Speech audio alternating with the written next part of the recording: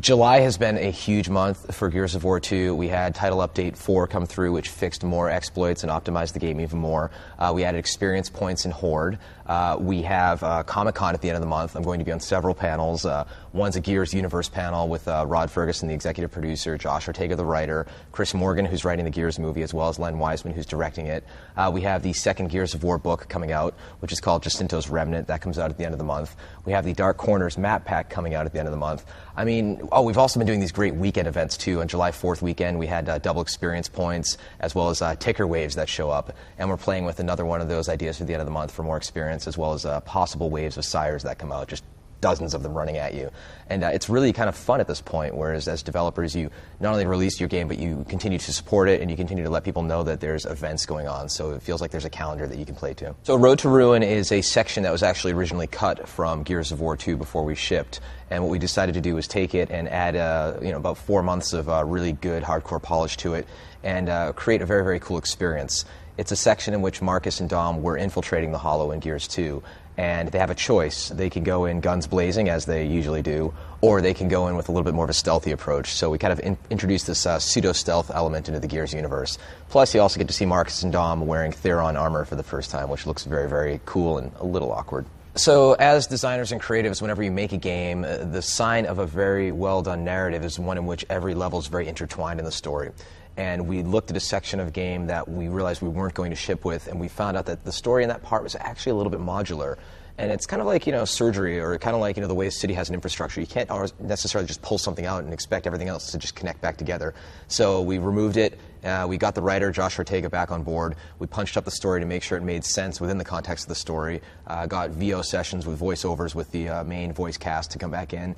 Added a little bit more narrative elements, and added a lot more animations, more encounters, and made it something that's worthy of a downloadable. I think the Gears fans are really going to be stoked about having Dom lead them through the environment and taking cover, and kind of really having that tension of not being seen, and also being able to see the Locust kind of just meandering about and kind of talking amongst themselves, and almost living their lives in the Hollow, instead of just immediately seeing the player and shooting at them with boom shots and hammer bursts. So traditionally, when you play a Gears of War level, often we have these things called path splits, where you can take the high road or you can take the low road. And in this section, when you take this split, you have the choice of going in stealth or going in guns blazing.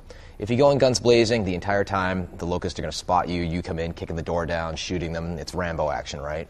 But if you go in stealth, you try and be stealthy as much as possible, and then if the Locusts see you, then all hell breaks loose, and then it's guns blazing. But if you get into the next section, which has giant doors that didn't hear the combat in the previous area, everything kind of resets itself, and you have another attempt at stealth. I'm personally not a fan of games that have this kind of black and white of success or failure for sneaking.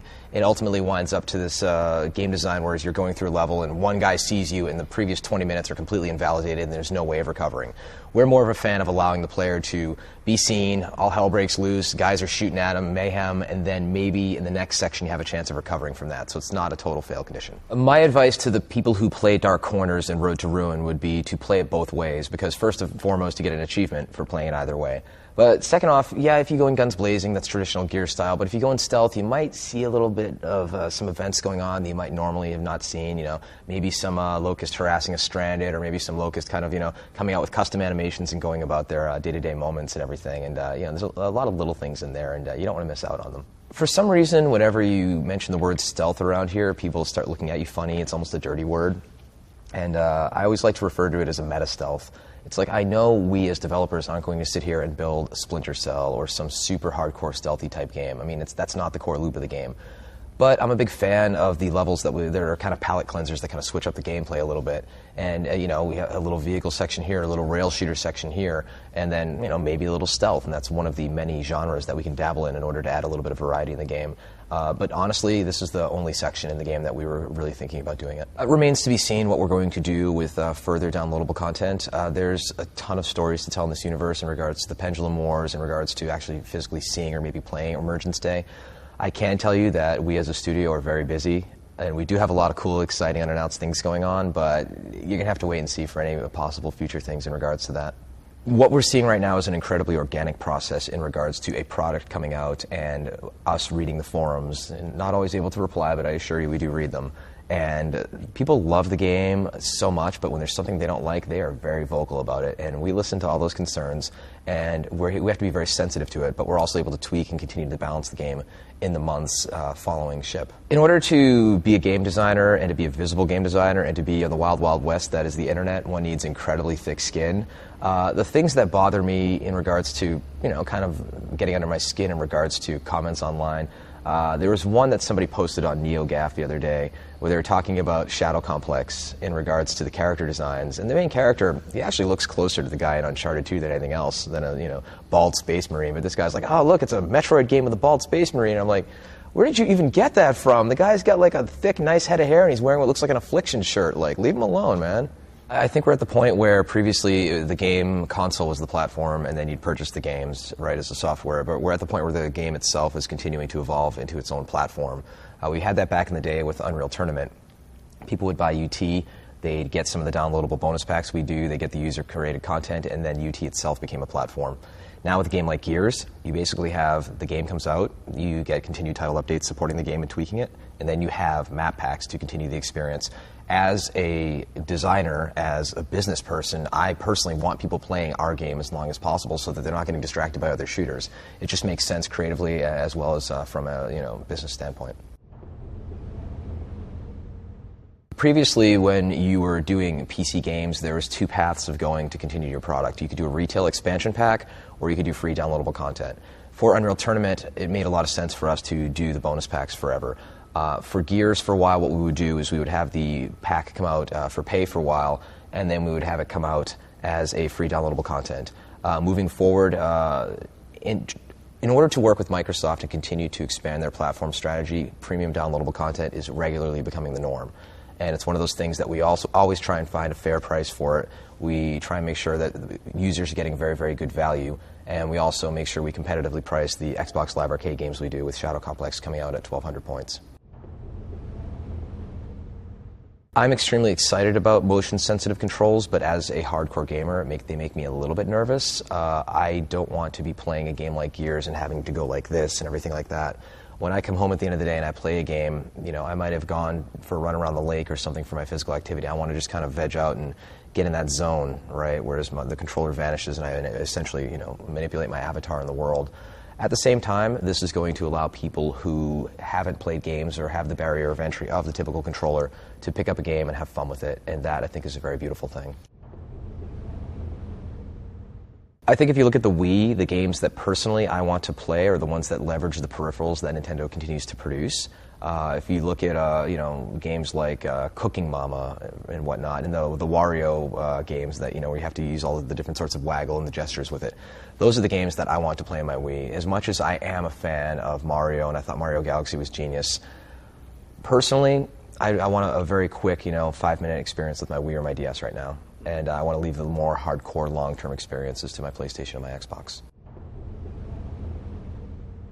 This is my personal opinion. This isn't from any conversations I've had with Microsoft, but I wonder if the people who are working on Natal are hoping that all the moms out there who have Wii Fit will see some sort of very cool yoga-type program that really can actually recognize if you're doing tree, and see that as the next generation of a fitness program and continue to infiltrate the living room, because they have, they got Daddy and they got Johnny. Now they need to get Susie and Mommy.